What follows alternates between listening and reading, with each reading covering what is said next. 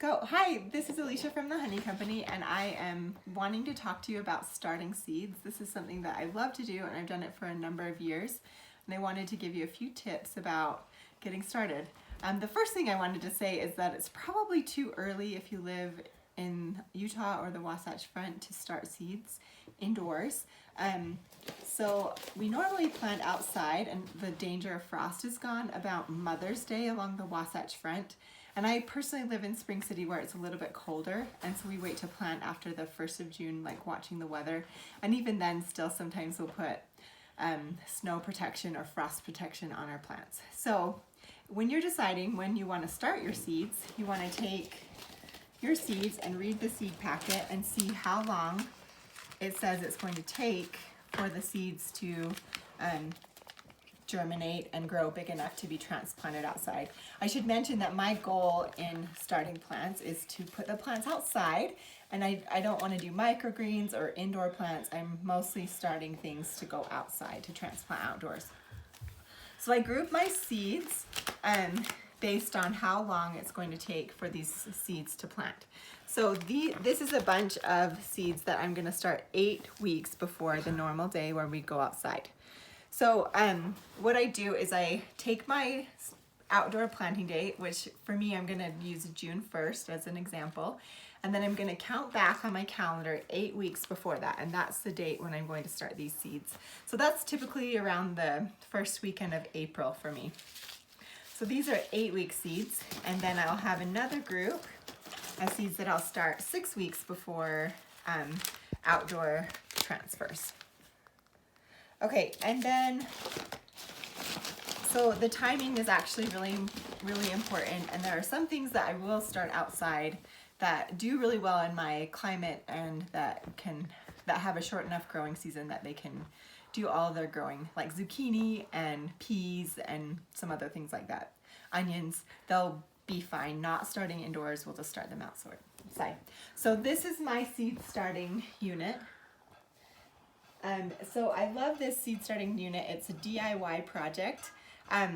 So just the measurements of this, in case someone was wondering, these long bars here are 4 feet wide, and then the side along here that holds the lights, those are 2 feet wide, and then these tall ones are 16 inches tall, and then I just have a three joint PVC at each corner.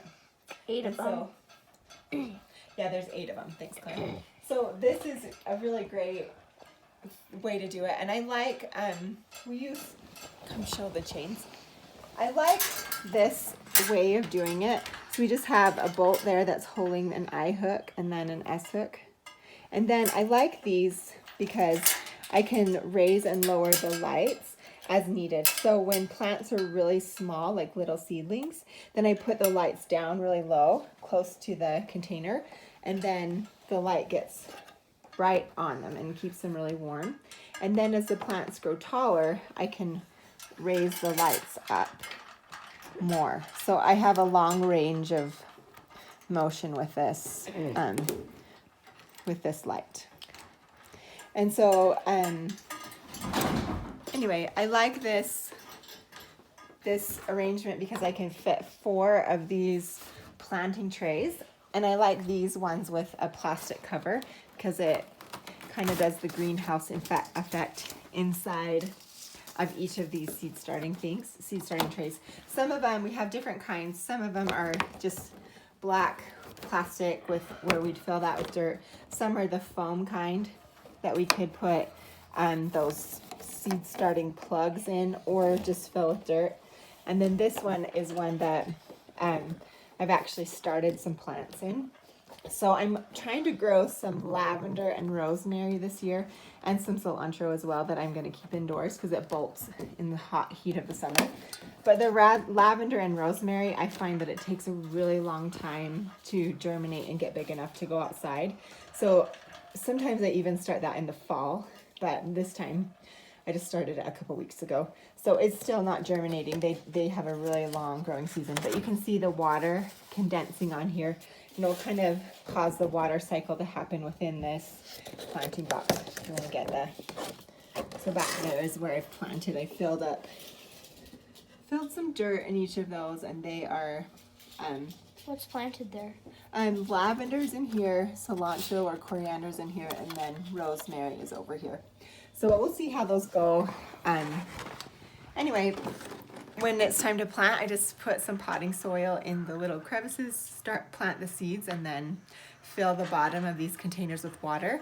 And they, you know, recycle that water, evaporates, and then rains down on them again. So I don't have to water them very often, and that's why I like these plastic covers. When the plants get too tall, then I have to go back to watering every day.